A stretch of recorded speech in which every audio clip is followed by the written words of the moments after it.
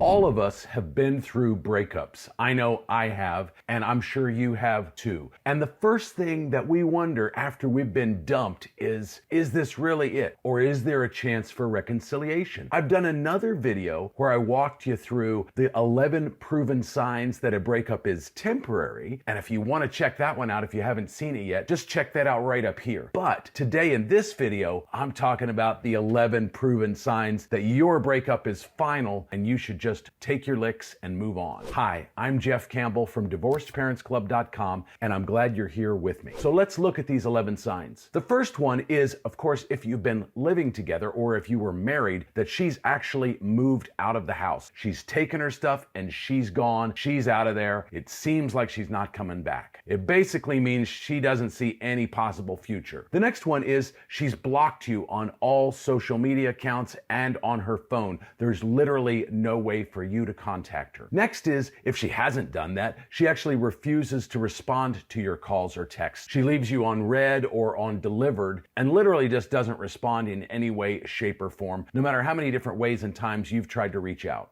Because after all, if she's not willing to participate, there's no way for you to initiate a reconciliation. She's got to be willing to put forth a little bit of effort. It's okay if you're putting forth more effort, especially if you're the one that screwed things up, but she's got to be willing to participate. And if she's just walked out of the game altogether and not willing to do anything, that's a really bad sign. The next one is that she started dating somebody else. And that's not a complete deal breaker though, because if it's a rebound, in other words, if she jumped right into a relationship with that guy shortly after dumping you, it's probably a rebound, in which case it's got maybe a 30, 60, or 90-day shelf life, and typically those have about a 70% failure rate. So it's not a complete deal breaker, but it does mean that she's focusing her time and her energy on someone else and not thinking about you, and she's not likely going to consider coming back to you until that relationship is done. The next is, and this kind of ties in with something I said earlier, but the next is she's changed her phone number and won't give you the new phone number. So not only can you not call her or text her and get her to respond, but you don't even know how to call or text her. And she's probably blocked you on social as well. Because if she changes her phone number, that's a clear sign that she doesn't want to be contacted by you at all. And she's actually so afraid of you contacting her that she's taken the steps to change her phone number. That's kind of drastic. The next one is that she's told all of your mutual friends and maybe family members that the relationship is over and that she sees no future with you whatsoever. By defining it that clearly with all these people who know both of you, that's a pretty clear sign. Maybe not 100% deal breaker, but it's a pretty clear sign that she's moved on and not likely coming back. The next one is, and of course this is if you're actually physically seeing her in person or maybe on social media, that she's stopped wearing all of the different things that you may have given her over the course of your relationship. That could be jewelry, could be clothing, things of that nature. If she's not wearing any of that ever, then that's a clear sign that she doesn't want anything to do with you. She sees those things, those bracelets or rings or clothing, as a symbol of you and your relationship, and it either causes her pain or discomfort or anger to be seen wearing those things, and so she's just made a clear decision to not put any of those things on her body. The next one, and of course this is if you are actually in communication with her, she has clearly stated that she is not willing to work on things with you. She's not willing to go to counseling or therapy together. She's not willing to get together and talk about the state of things. She's just not willing to do it.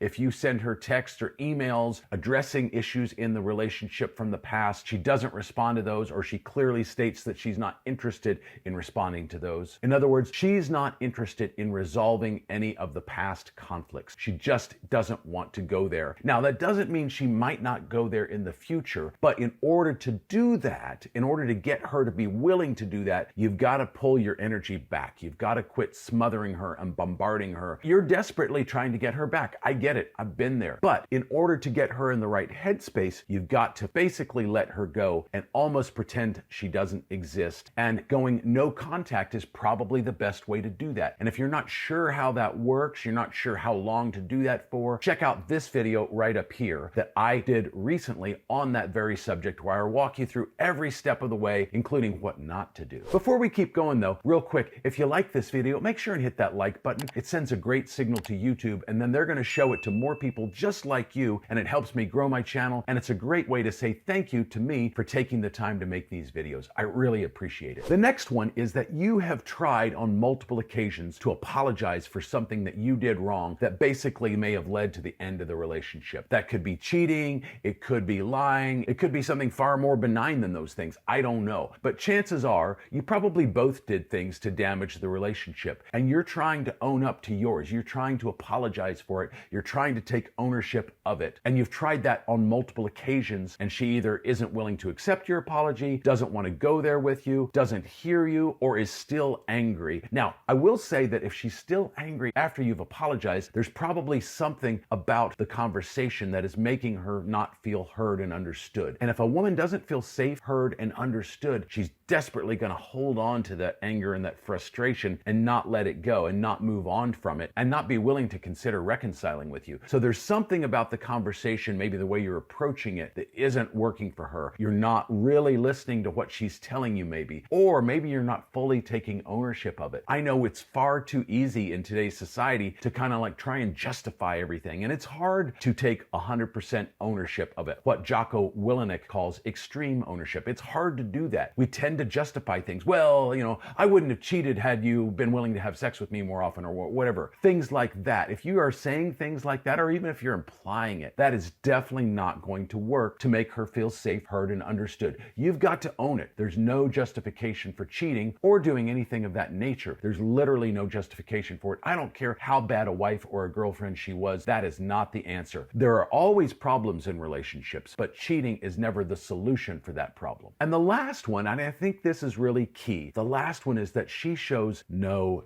emotion for you whatsoever. She's not mad, but she's also not happy. She's not elated. You don't elicit any emotional reaction from her. Any emotional attachment to you is a good thing, even if it's anger, because if she's still angry with you, if she's still frustrated with you, that means there's an emotional connection there. That means she cares about you on some level, even if it's just making sure that you feel how she's feeling, because women care very much about how they feel in that moment. And if you elicit no emotional reaction from her, that's a really bad sign, because your energy has completely left hers, and she just literally doesn't care about you anymore. She's indifferent to you, and you don't want her to be indifferent to you. Any emotional reaction to you is better than none. And if she's not responding to you in any sort of emotional way, that's kind of a bad sign. Anyway, I hope this video helps you. If it did, again, hit that like button, leave me a comment down below in what you'd like to see in a future video, and I'll see you in the next video.